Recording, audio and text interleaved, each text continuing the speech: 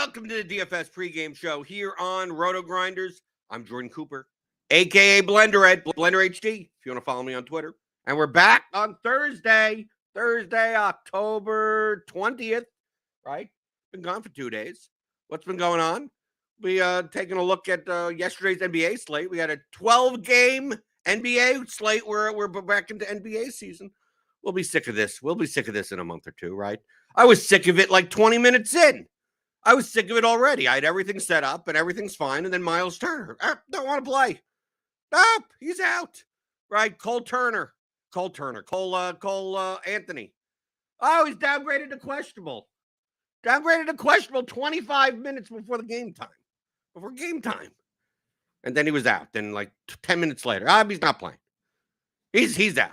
And I was rushing to do everything. So the lineups that I put in weren't necessarily the best lineups that I wanted to put in, but I did play 75 lineups yesterday, and lost money. Right? That's NBA GPPs. That's GPPs in general, right? You're aiming for first place, but we'll be talking about that. I'll be answering your NBA DFS questions, right? We haven't talked about NBA for a long time, so feel free to type those into the YouTube chat. Give me those thummy thumbs. You know how much I love the thummy thumbs. Subscribe to the channel. Hit the notification bell. Good morning, DFIC. Good morning, Suki Singh, Bart B, Real Life Pitcher, Jovan Normandia, Kickstart, Matt Mears. We got our own, the chat's on Wataz. He won a lot of money 2 days ago, right? Like 67,000 or something. It's in my old mentions, right? What did you win? Let me see.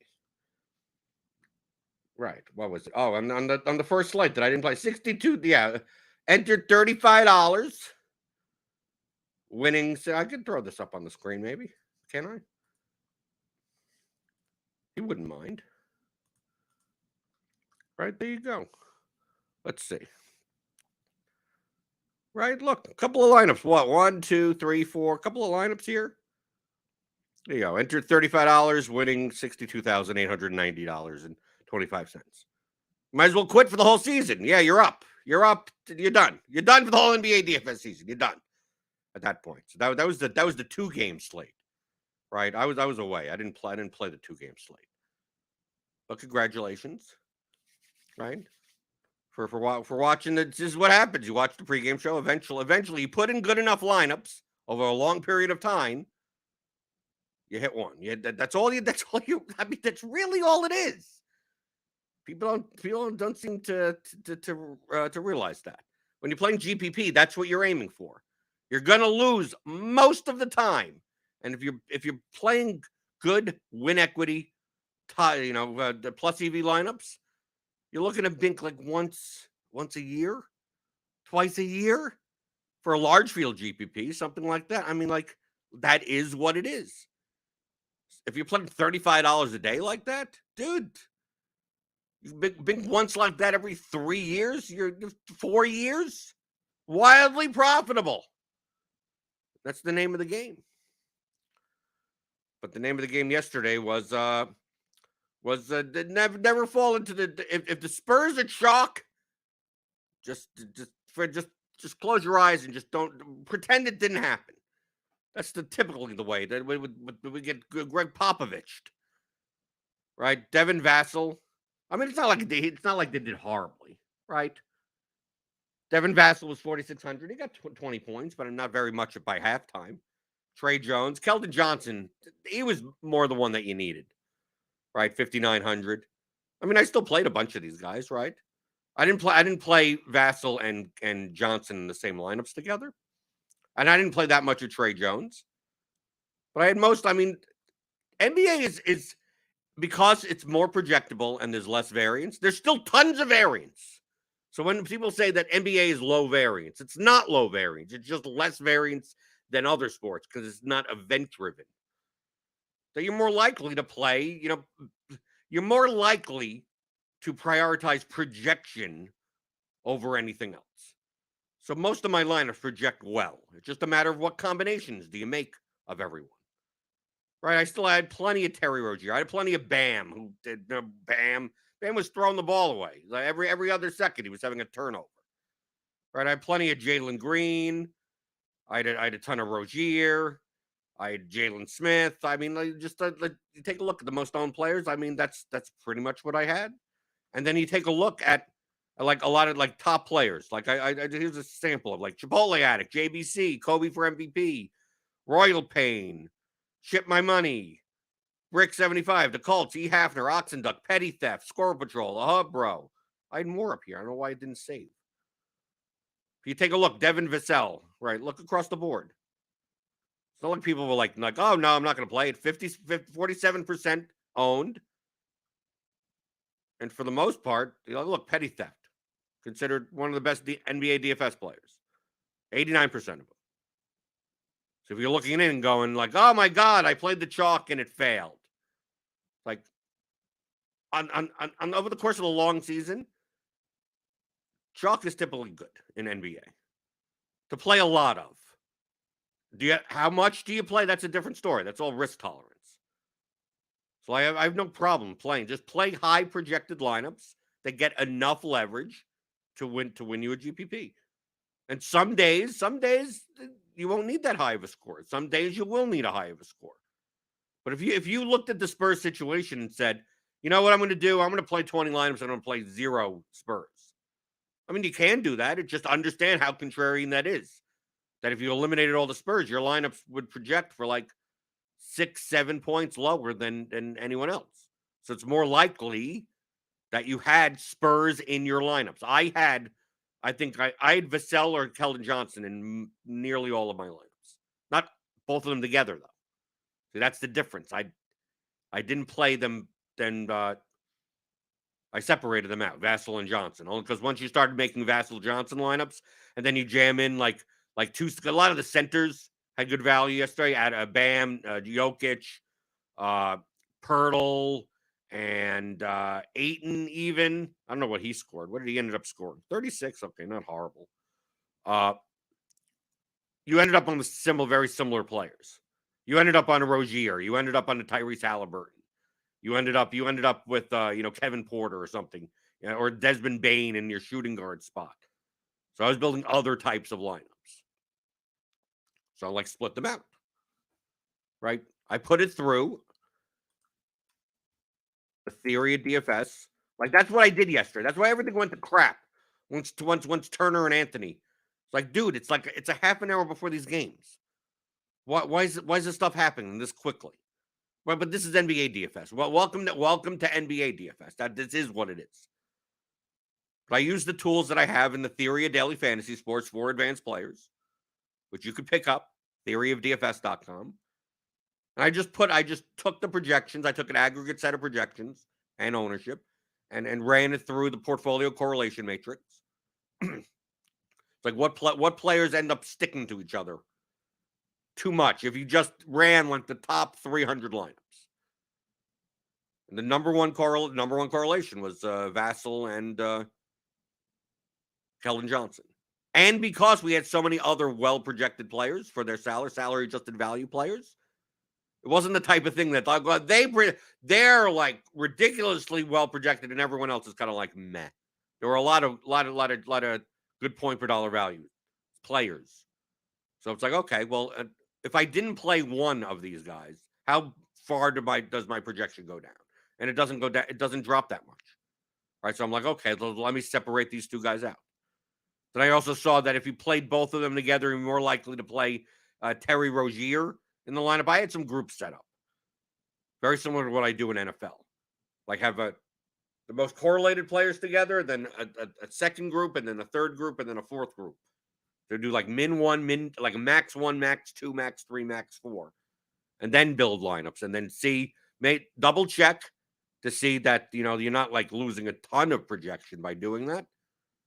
Then if you find that satisfactory, then now you're building lineups. Now I ended up building 1,200 lineups, putting it through the portfolio trimmer as part of the Theory of Daily Fantasy Sports. And by the time I got to the end of that, Miles Turner was rolled out. Right? So I'm like, okay, now what do I do? Okay, because now I have to see now Terry Taylor's projection goes up and Jalen Smith's projection goes up. I don't think it really affected all that much. And then Cole Anthony, who knows what's happening with him? Do I have to run this thing with Jalen Suggs in, with RJ Hampton in? I don't know what the hell's going on. I'm waiting for projections to update. So once they updated the Pacers projections, I reran everything. I got that. That was 3 minutes to go, and I ended up screwing something up in the portfolio trimmer.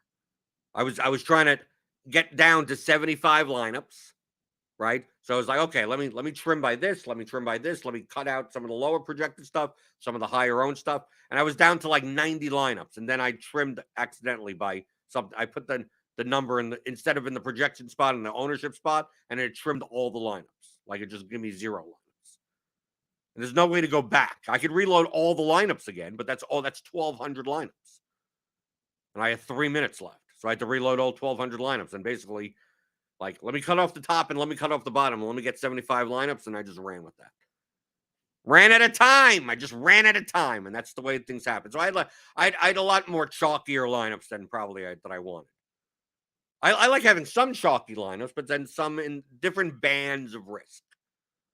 So I have some higher owned, a little bit chalkier lineups, some much lower owned and much more contrarian lineups, and then a mix of everything in between. So for yesterday's slate, I had mostly kind of fairly chalky lineups. Of course, if it wasn't for my groups, I would have ended up with like cash lineups practically. But that I don't mind that as much on NBA.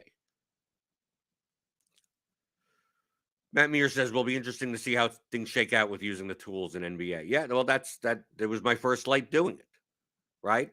And I thought everything for a 12-game slate, like, oh, it's 6:15. I think we have all the information. I think we're fine. So let me go through all this because it only takes me like maybe 15 minutes total, 20 minutes maybe. And then Miles Turner was ruled out because he stepped on a ball boy's foot or something. I don't know what's going on. Why is Dylan Brooks sitting? It's the first game of the season. Why are people sitting for rest? For like soreness? What are people doing? What are people doing during the day? I take a look at today's slate, but we don't even have projections up for that yet. That'll be up shortly, I guess. I mean, it's only a 2-game slate tonight, right? I'm not even playing it. Do we got a showdown slate tonight also for NFL? We got what? The Saints and the Cardinals tonight? Okay, that doesn't seem like that bad of a game. Taysom Hill's going to ruin it anyway. So either you're going to play Taysom Hill and he's going to do well, or you're not going to play Taysom Hill and he's going to vulture something out of a player that you like, well, I have Kamara captain, and then Taysom Hill ruins you. Or then you play Taysom Hill and then he doesn't do anything. Or something like that. So tonight's a quiet night. I got to do the MMA show. So I'm probably not even going to be. I'm not going to be. I don't play this short basketball slate. So this is not even. This is for yesterday. Oh, I have to change the date. We should have projections up. It's the 20th, right? So this should come up. Oh yeah, okay. We do have projections. Okay, that's what I said. Typically, we do have them early in the morning. Who's underpriced? Oh, we got tons of underpriced people. Well, they're primarily Tyrese Maxey is going to be chalk. He's going to be the uber chalk today in 2-game slate. Do we have any injury situations? I guess not. Right? Like, what's the optimal look like? I'm assuming it's Giannis. I'm assuming it's Giannis plus LeBron. LeBron in the small forward spot, yeah, something like that.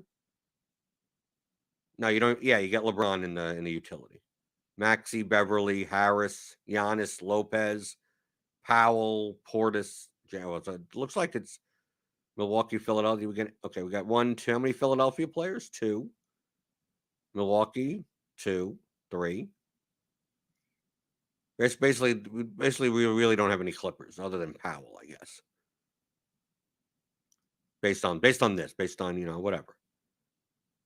But it's a 2-game slate. You could pretty much do anything the hell you want. And everything's frozen. So what do you want to talk about? It's a short show today. One thing you can do if you don't want to play the slate, you could always play on PrizePicks. I took a couple of prize picks yesterday. What did I do yesterday? I took a couple. I lost. I won money, but I lost on a couple of. I had Cunningham under assists. Right, I lost on that. I had DeRozan. I mean, once the Levine was ruled out, I just went in and just slammed DeRozan over on points, over on fantasy points. The many good things about playing on PrizePicks, and if you do use the promo code Grinders, you'll get a $100 deposit match bonus. Is that we have an extension, RotoGrinders. We have a Chrome extension. I could even show you, right? Does that take you here, right? In the Chrome web store. You could even download it. It'll overlay our projections, our statistical projections over everything on PrizePicks. I don't believe it works perfectly for NFL, but it does for NBA. So our statistical projections, obviously, like I do with the Blitz, I could use two tabs and I could use my eyes and go, well, what does this line in this table say? And then what does this say on PrizePicks? You could do that with our statistical projections. We go here. We go to RotoGrinders. You can get our statistical projections if you're a premium member. I mean, this is all premium. So here's our premium projections. So it'll give you the rebounds, points, fantasy points, everything here. Right? And every time they're updated, right? Because this is updated 4 hours ago. I mean, this is the algorithmic kind of update. So I could go Anthony Davis, points, 23.68, and then go to PrizePicks and go Anthony Davis, 23.68. Here's 24. Right? It's not enough. But look at this underlay, 23.68. Little RotoGrinders symbol. That's from the RotoGrinders Chrome extension. For PrizePicks tools. And if you're a premium member, you'll be able to sign in with the extension, right? You'll download the extension, then it'll prompt you to put in your username and password. And if you're a premium member, premium subscriber, NBA package, anything, combo premium, doesn't matter. It'll then populate with the numbers over here. So I don't have to go back and forth. I don't have to do any of that stuff. Right? I could just look through. I could go, okay, points, rebounds, all these categories, right? Let it update. Okay, obviously Harden's not going to get 20 rebounds. I have to reload it. Right, so here we go, points. It'll go like that. I go to assists. There you go. Okay. Go to rebounds. There you go. Right. So you could look through right here. You go, is there any very big discrepancies here? Right. 4.59, 6.4, because they have to be big enough for you to, okay, 10.91, Anthony Davis. I don't know why LeBron isn't showing here, but whatever. Russell Westbrook. That's a 1.1 points. This is a little too high. Lonnie Walker on rebounds. So maybe Anthony Davis. Well, we'll add Anthony. We'll do this live, right? We'll make a 5. We'll try to make a 5 pick, right? So I wasn't planning on doing it for a 2-game slate anyway, unless there was something big. I mean, this is 9 to 10.91, maybe worth it, right? So that's a rebound prop, right? So we want more there. We go to points. Let's see if there's any big enough discrepancy. Oh, 31.18 to 26. That may be worth doing, right? Harden under by 2. Yeah. Let's see. This isn't worth it. I mean, 6.79 to 5.5 on PJ Tucker's distribution is going to be nothing. Let's go through. Let's see. Zubac, Leonard, Kawhi. You got a 3-point advantage here on points. I don't know if that's good enough. Reggie Jackson, under by 3. Yeah, let's do this. Let's do Reggie Jackson under. Yeah, let's do Reggie Jackson under. Just based on now, obviously, You probably should maybe wait till the afternoon. I mean, these are the morning projections. I don't think they've been manually adjusted as much, but we'll throw something down. We'll throw something down on it anyway, just to show you what the PrizePicks extension does, right? So we got Anthony Davis more than 9 rebounds, Embiid more than 26.5 points, 13.5 for Reggie Jackson. Let's take a look at fantasy score, because that'll be related also to some of these, right? 48 to 56 point. Right, we already got his points, right? I'd rather take the points over here. Let's see. We got 40 to 36 for Drew Holiday. Is that enough? I'm not sure. Probably not. Close to the line. Scroll through. Take a look. Let's see. Got anything on fantasy score? No, not really. Not enough of a discrepancy that'll matter. Do we have points plus rebounds? No, we don't. We don't calculate for that. So these other categories we don't. Points plus rebounds plus assists. Oh, we count for that. Okay. Some of the categories we don't use, I guess. Go through. Is there anything? This is very similar to fantasy points anyway. So it's like points plus rebounds plus assists. And all I'm doing is just looking at this number. Is it different? How big of a difference? Kawhi Leonard, 30.5. Maybe we do that. So which one would be better? 30.5 points, rebounds, assists to 34.59, or the fantasy score? So where's Kawhi's fantasy score? 38.39. No, we want the points, rebounds, assists. We can put that together. So Kawhi, right? 34 point. Yeah, that's good. Do more there.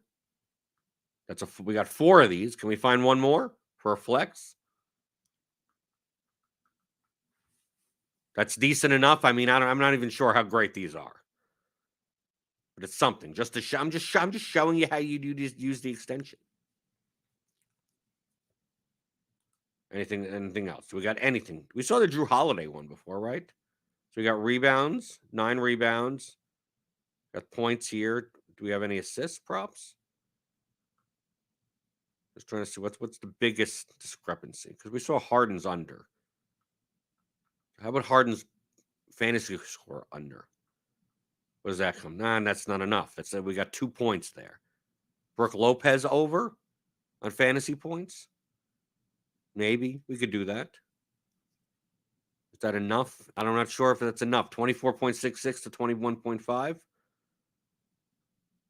It's doable. I guess it's doable. It's doable. We'll do fantasy score. There we go. We got it. Right? So there we go. Anthony Davis over 9 rebounds. Embiid over 26.5 points scored. Reggie Jackson under 13.5 points scored. Kawhi Leonard over 30.5 points plus rebounds plus assists. And Brook Lopez over 21.5 fantasy score, which is FanDuel score. And that's a flex. So we'll do that one. $25. There you go. Get all 5. I mean, you could also round. I mean, if I found ones that I would care about, I would round robin them. Right? You play Davis with Embiid, Davis with Jackson, Davis with Kawhi, Davis with Lopez. I mean, you still may make one flex like that, but let's sit there. Place my entry. There, done. See? It's in. And how did I come up with this? I just used the PrizePicks extension. Now, of course, the projections team is going to make some manual adjustments that maybe these don't end up being as good as it look currently, right? You want to get them as early as possible, but you also want to get them as accurate as possible, right? That there's a difference there. And plus, you never know when news happens. Like that. Have the first thought, truthfully. Your first thought when news happens should be PrizePicks or Underdog, and trying to get not without even seeing any type of projections, just knowing like, if this guy's out, what does that mean? And are there props available on the other guys on the team that you could go under or over on, depending on that news. Doing that first. Because if you're using RotoGrinders for our projections, it's going to take 5-10 minutes for our projections to update anyway. So as far as building your DFS lineups, it's not going to matter at that point. You're going to be waiting. But during that time period, you can easily go, well, Cole Anthony is out. Who does that positively benefit? It positively benefits usage of the players that he plays with. So we're talking about like Wendell Carter and Franz Wagner and guys like that. It also helps, like, if there was a there wasn't. If there was a Jalen Suggs prop, probably you'd go over on that, right? So you just rush to PrizePicks and go, let me look at the magic props, and go, okay, Franz Wagner over. And you pair it with other stuff. You have to have other stuff to pair it with. But if you did some PrizePicks earlier in the day, like if you found 5 to 10 or something, you'd have that written down. You'd have that. You'd know what you have already. And if nothing has moved, if certain things have not moved, I mean, I have ones that moved. And the ones that haven't moved, then when you find the new one, you pair it with the ones that haven't moved. You don't have to find 5. Most of mine are not 5. I mean, you could take a look at what I currently have. Right? I have tons of NFL ones, right? Like George Kittle, Davis Mills, right? I have a lot of Niners passing overs based on the blitz. And of course, I put together a nice correlated parlay 5-pick to go along with it. Mills plus Cooks, because they're correlated, quarterback, wide receiver, and then Garoppolo and 2 of his wide receivers. Samuel Ayuk or Samuel, I also have Samuel Kittle, right? I have 2 of them, right? And then I have one that's Ayuk Kittle also. So for $75. Right? If I hit all 5, I get $750. But if I hit 4, that's fine also. Maybe Mills gets there, but Cooks doesn't. It's like, okay, but Garoppolo, Ayuk, and Kittle could all get there. Right? So I make a bunch of these. And I also make, ones that have like the highest amount of value that I see. McCaffrey's over, Hall's over, Walker's over, CeeDee Lamb's over. I'd be shocked if CeeDee Lamb's 67.5 is still there by tomorrow. Assuming Dak Prescott is playing. Yeah. So I already got all my football stuff in. I mean, you can see here, since I didn't come home till late Tuesday night and went to sleep, I didn't get mine until Wednesday morning. Typically, I'm getting my NFL stuff in on Tuesday night. So I got time. Look, scroll all the way down. Look how much stuff I got. Right, I got all this stuff.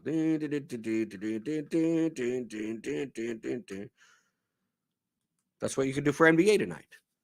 But that the Chrome extension helps dramatically. I mean, you just there. Anytime that it gets updated, the projections get updated. This gets updated, right? Fantasy score. I mean, look, we could. There's a couple. This one's not that bad, right? 1.5 point. This is like a 6-point discrepancy. You could do this. You could find something to pair it with. Right? If you could do just a 2-pick, right? Embiid. You could do Embiid Holiday, because that would be somewhat correlated, right? Both sides of a game, two sides of a game.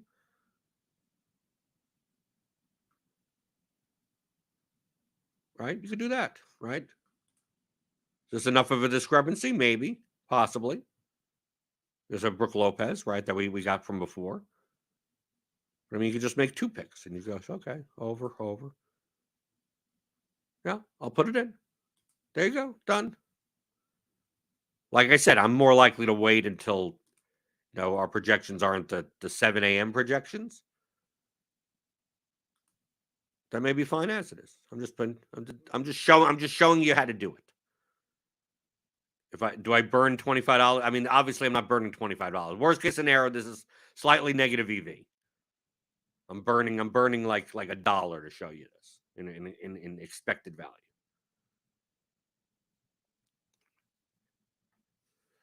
Matt Mears says, my initial thoughts are that the correlation matrix, and he's talking about the theory of daily fantasy sports tools, could end up being the most valuable tool in NBA, assuming the timing can be worked out. Yes.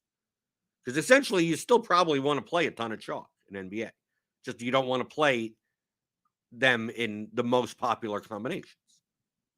Yeah, I've been thinking about that since the tools came out, saying that it's going to be the most valuable in NBA. So you don't end up on a lineup that like shares the same 6 players, even with all the chalk. Kobe Prophet says, how do I get the extension? You go to the Chrome web store. You search RotoGrinders PrizePicks extension. But those numbers will not show up for you unless you're a premium member to RotoGrinders. So go click on that link in the description. Get $10 off your first month of a combo premium subscription. You get all the NBA, but the NBA, I think we have the best NBA projections in the industry. And I don't lie to you. I don't lie to people.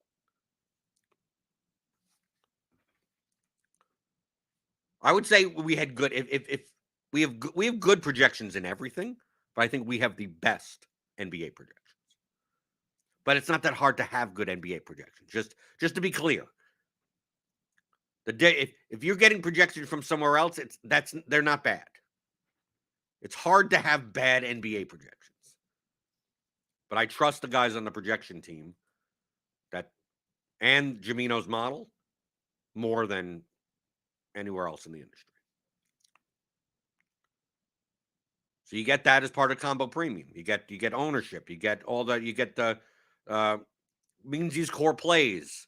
You get all the NBA stuff. What else? What else do we have for NBA? You get the player rankings, the expert rankings. You get all this stuff.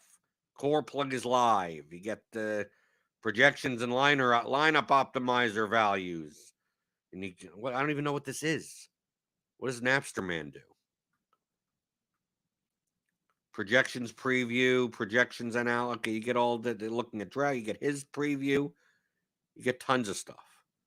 If you get the combo premium, you get NFL also. You'll get PGA. You'll get MLB. You get it for everything. Crunch Time is free now. It used to be for premium only, but Crunch Time is now sponsored by FanDuel. So we have Grinders Live and Crunch Time, that follows it. They used to be premium. But dude, you need the projections. I mean, to me, the projections alone are worth its weight in gold. Imagine trying to do this stuff yourself. It's ridiculous. Right? Results DB, you get everything. So the PrizePicks extension, you get the statistical projections. I mean, that's essentially, you could do this yourself. I mean, if you wanted to take the projections here and then export this into Excel or into whatever, text file for your, run your R, whatever the hell you're running. I mean, you could do that also. You could download this as a CSV. FanDuel, DraftKings, Yahoo, Super Draft, all the, right? So look, P plus R, like it's all the stats right here. And then anytime, this was updated 15 minutes ago. So anytime it updates, you could grab this. But isn't it so much easier to just be able to go to PrizePicks? Especially if you're going to be using the statistical projections to make choices and picks on PrizePicks to do it that way. Yeah, this is so much easier. As long as it's the same numbers that are coming through. So go get it. Go get right at the Chrome web store. But like I said, you have to be a premium member. Getting the extension, and if you don't log in, it's not going to show you anything. I don't think it should, or maybe I don't think it does. Right? Let me try. Let me see. I could probably do that. But what happens if I? Do I even want to do it? I don't want to screw with that. I got to update Chrome. I don't want to screw up my extension. But some of the categories it doesn't show, like 3 points made. Yeah, it's not going to be. Yeah, Paul George, we don't have a projection for 54 3 points made. Right. And if you go from tab to tab, you got to like reload it because you should see here that it's not picking it up. So once you move off to another tab, it doesn't like now you can go here. Right? Points plus assists, right? It doesn't show it. Points plus rebounds. It does show points plus rebounds plus assists. There you go. Right, so you just look. All you have to do is look and scroll and go. Anything big enough. But remember, it has to be big enough. Right? That's what she said. It has to be big enough. Simply going through and like points. Okay, let's say we go to points. We go, oh, Giannis, 3.155, and this is 30.5. I should, the over. Like, remember, these are fixed odds parlays. So if you put two, like this one is, it's a slightly more. You're going to do this? Like if these projections are accurate, the probability of 31.55 is like 52%. And this Drew Holiday is like 51%. Like success. But you need to have these have like 58% because you're only getting paid 2-1 combined. And a 2-1 parlay combined is like combining the proper payout of 57.6% minus 137 bets. So there needs to be a big enough discrepancy that on the player's distribution, that here, 31, the prop is 26.5. We're projecting 31.18 as the median. Okay? So how far away is 26.5 to 31.18?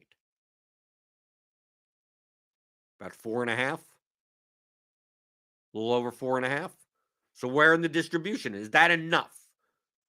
That 31.18 represents like a 58th percentile outcome.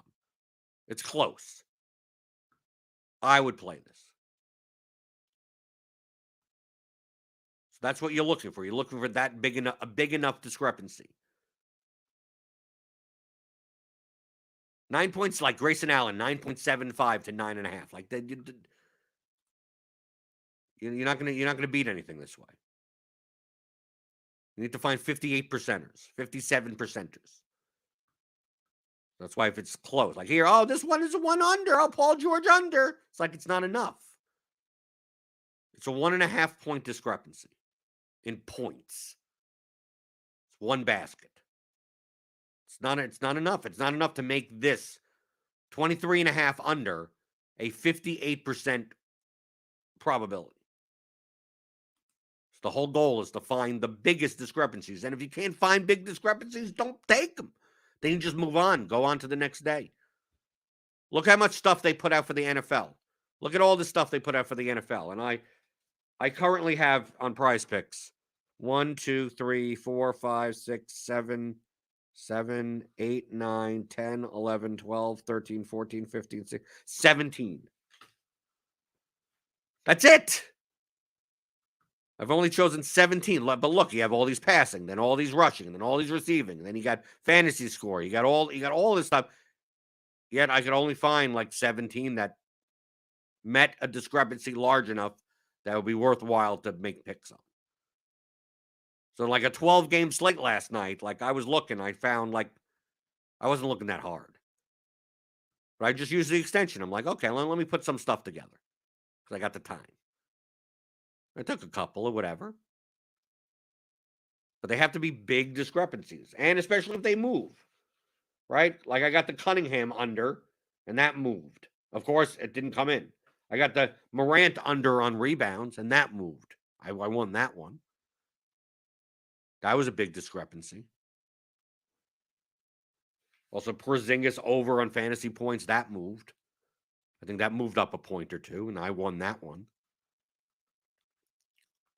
Right? You'll see if it moves in your direction, it's more of a sign that you're doing well. Closing line value, right? It's a sign. Like I said, it's a sign. So yeah, so I wanted to show you some of this, right? Because we haven't talked about NBA in who knows how long. Since what? April? March? Something like that. Since MLB started. Wanted to show you some of the stuff that we have here at RotoGrinders for NBA. Right? We got the best projections in the industry. Projected ownership as well. All the stuff you'll possibly need for PrizePicks.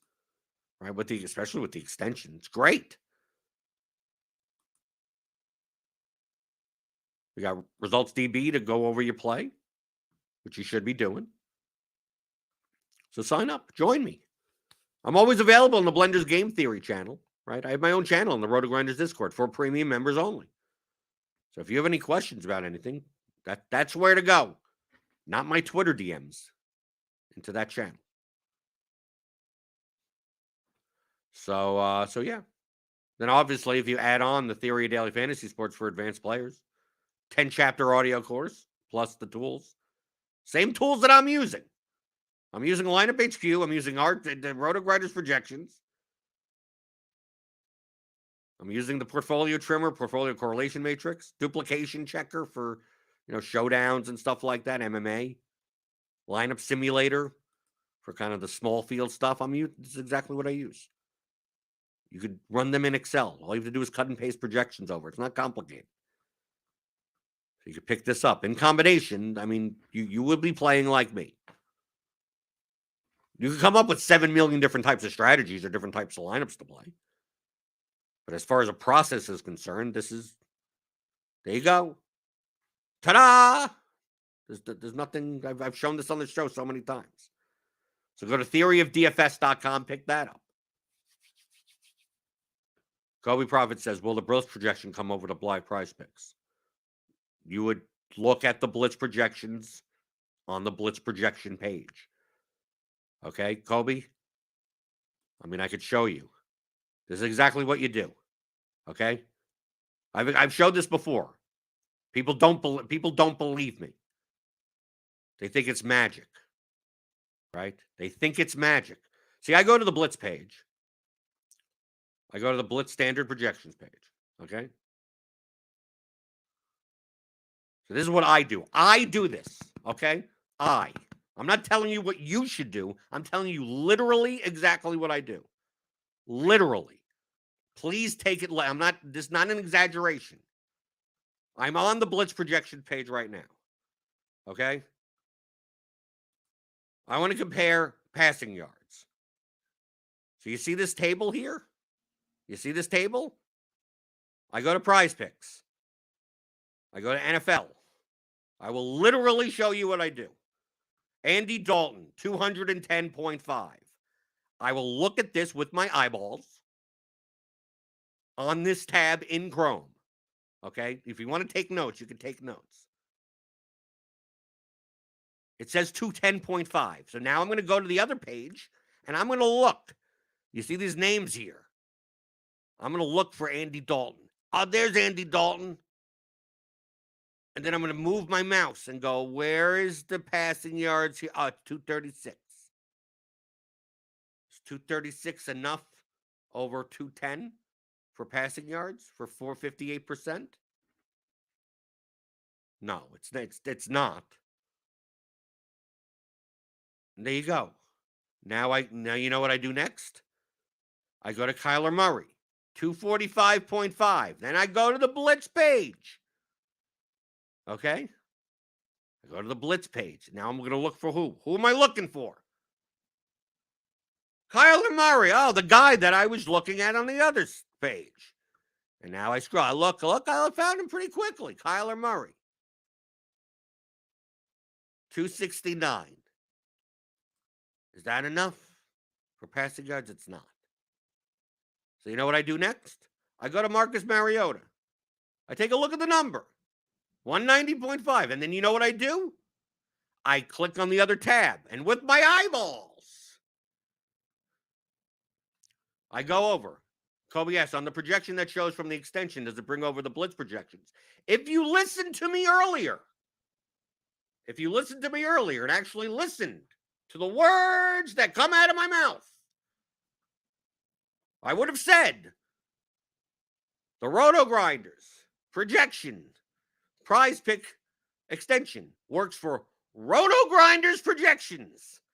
I even said that it doesn't even, I don't think it works very well for NFL. But in NBA, it does. You could probably rewind and see the 3 sentences that I said. Does this do it for the Blitz projections? Is it called the Blitz Chrome extension? No, then it doesn't. these are the things. This is why there will always be an edge in DFS. This is why. And you're going to be like, well, why? What does this have to do with anything? It has to do with people's cognitive abilities.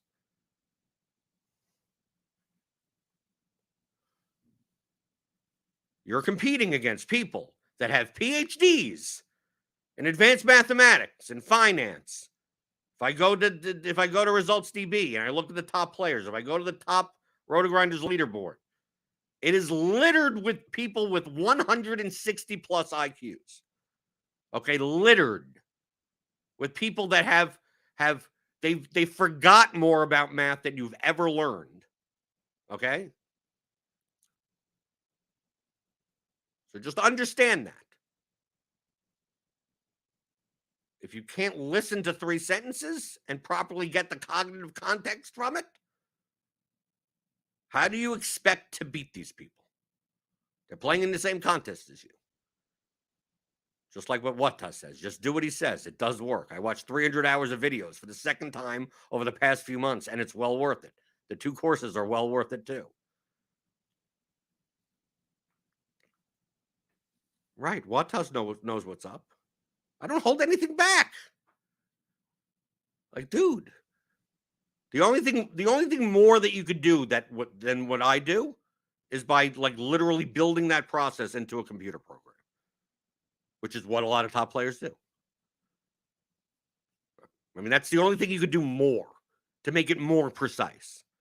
I admit that I do not play DFS in the most precise way, but still way more precise than 95% of the field. And that's all that matters, is that you're better than the field. So am I better than the top 5% of GPP players? Like the guy, like, am I better than Brick? 75? No. I'm not going to be more accurate. I'm not going to be more precise than he is. Directionally, I'll be close. So the only thing more that you could do is just build that process into some type of automated computer system and manage all that data and do all that work to set that up so you could just basically press a button, aggregate stuff and pull stuff and run stuff and this thing and have it spit out stuff and then retest and then what you could do all of that. But if you're not going to do that, this is as far as you could go without having to do that. The thing is, how do you learn how to do that? If you don't listen to simple sentences. Paul Adair asks, would you say that you get most out of the correlation tool? You want to use the most common projections. The big 3 sites say. I wonder if using different projections, it may lead you astray. Yes. If you're using the correlation tool as part of the theory of DFS.com, and you're using it as I want to inspect the field, the purpose of that tool, truthfully, is to inspect your own portfolio, right? I'm going to make 150 lineups. I want to see how correlated my players are to each other in the lineups. So I don't end up with like, I have 40% of this guy, but he's only in lineups with this other guy. And maybe you want that, but maybe you don't. That's what you would use it for. But as far as studying the combinatorial nature of ownership for the field, yeah, you'd want to use what the field used. You don't care about you're not using the thing that you would build lineups from, right? So you need to look at the things that other people are looking at. There's nothing. Why wouldn't you be doing that? I said on this show, most of the content, I'm going to tell you this. Most of the content that I consume for DFS is not RotoGrinders content. And you're going to be like, oh my God, you got him. They got him, right? My detractors, right? They're going to clip that out. And they're going to go, oh my God, this guy doesn't use RotoGrinders content. I'm not saying I didn't use it. I said most of the content I consume is not RotoGrinders content. But why is that? It's not to get information that is better. It's to get information that other people are going to use. I don't care if it's good. In NFL, I listen to more mainstream DFS NFL podcasts than I do anything else. Because I'm playing large field contests primarily, right? I want to beat the casual people. I want to hear what they're listening to. The fantasy footballers say something that matters way more to me than anything else. It doesn't mean, oh, if they say it's a good play, that means I say, no, you know me. I don't care about plays. I'm going to be using projections no matter what. But all these other podcasts, all these other articles, the CBS Sports Line, whatever the hell, Matthew Berry, I want to know. I don't know what those people. I want to know what they're saying. Not because they're good. They're not. They're horrible. They're horrible. Okay? Most DFS content is horrible. Absolutely and unequivocally horrible. But I want to see it, not because it helps me make lineups. It helps me make lineups because I know that, oh, everyone's reading that, and that's horrible. Oh, good to know. So that guy's going to be way higher on than I think. That game's going to be really high. People are going to, this narrative of whatever the hell I've heard on 4 different podcasts. So that's going to affect ownership, right? And then it helps me adjust my own ownership. So listening around and seeing what I'm not doing it to get better at DFS. I don't need to listen to plays and picks. I don't care. But I want to make sure my ownership projections are as accurate as possible. That's the reason you do it. So the same thing with the industry projections. I have subscriptions everywhere. And I have access to everyone's projections, that publicly available projections. Are they good? Are they bad? It doesn't matter. If I know that, a segment of people are using these projections and probably using an optimizer poorly also. So if they use these projections and they do X, Y, and Z, what do their lineups look like? Okay, so that these types of lineups may be overrepresented in this contest. Wouldn't I want to know that? I don't care how accurate the projections are. I just want to see what the lineups that get spit out by people that don't know better. What do they look like? Okay. Then what do these look like? What do those look like? What do them combine? What people combine them? They'll aggregate. And go, what do those lineups kind of look like? And go, okay. These lineups are going to be overrepresented. These lineups will be underrepresented. How do I play more of the underrepresented lineups? That's why you need all the stuff. Do you have to go through all of that? No, of course not. You don't have to, but it'll make your process much more precise. Can you get there without being that precise? Of course you can. There's plenty of people that close their eyes and take a look at some lineups in large field contests. You wonder how the hell they get to some of these lineups. You could win just by that. But remember, my focus, I'm a very ownership-driven, game theory-driven player.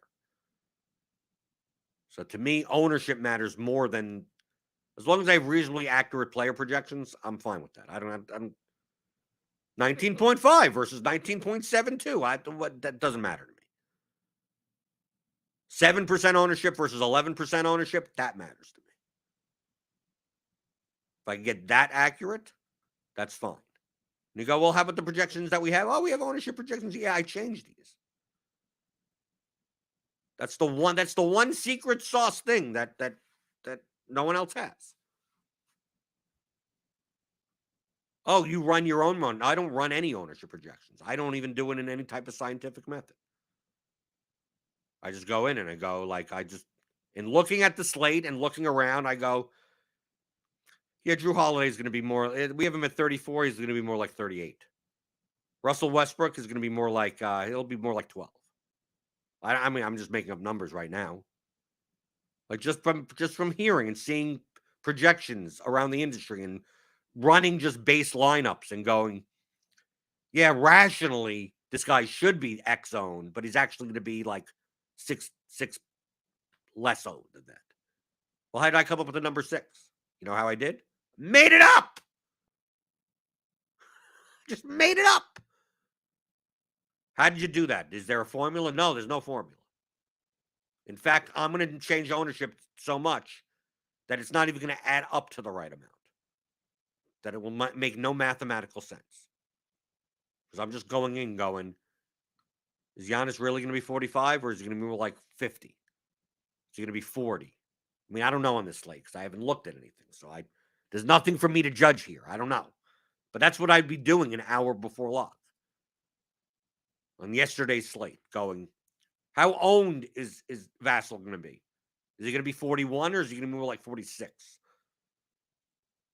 Is Trey Jones really going to be this owned? Is that like anyone on the bottom? Is Ayton going to be this low owned? Is he really going to be 5? Is he going to be 8? Is Bam going to be 30 or is he going to be 38? And going and making those adjustments. Am I right all the time? No, of course not. But a lot of this ownership that we have, the projected ownership, assumes some amount of rationality. But human beings aren't rational. So sometimes ownership ends up being very like barbelly. The more owned players get even more owned, and the less owned players get even less owned. And in the middle, things don't change as much. But I want to represent that. We have Tyrese Maxey at 77% ownership. Is that going to be 70? Is it going to be more like 83? I mean, he'd still be the highest owned player on the slate. But this point guard eligibility on DraftKings means that other point guards like Russell Westbrook, if Tyrese Maxey ends up being 82% owned, Russell Westbrook is going to go down to 12% owned. Other point guards that fill those spots, DeAnthony Melton has to come down. Kendrick Nunn has to come down. Patrick Beverley has to come down. Reggie Jackson still is only at 4%. So maybe he ends up being 2%. So I'm making those adjustments where I see fit. How do I make them? Purely by feel. And not by like made up feel, because I've looked at other people's content. Because I've looked at our content here at RotoGrinders. I've looked everywhere. Am I intently reading everything? No, I'm just skimming.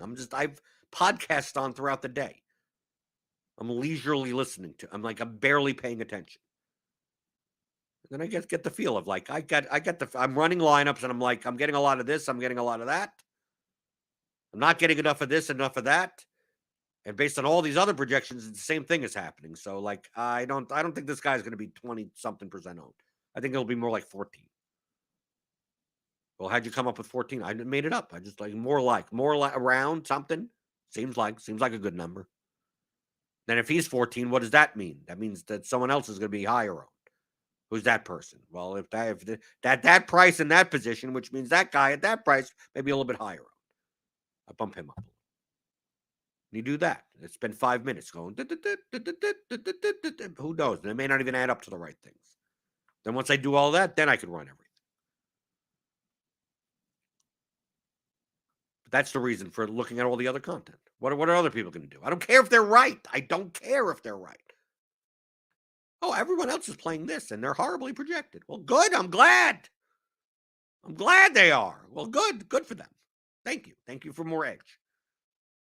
I'm not looking to see what everyone else is doing. That we had that week where James Robinson in the NFL. Why is he the chalkiest player? He's like the 13th projected running back. Everyone latched on. The casual people, not necessarily the sharper people.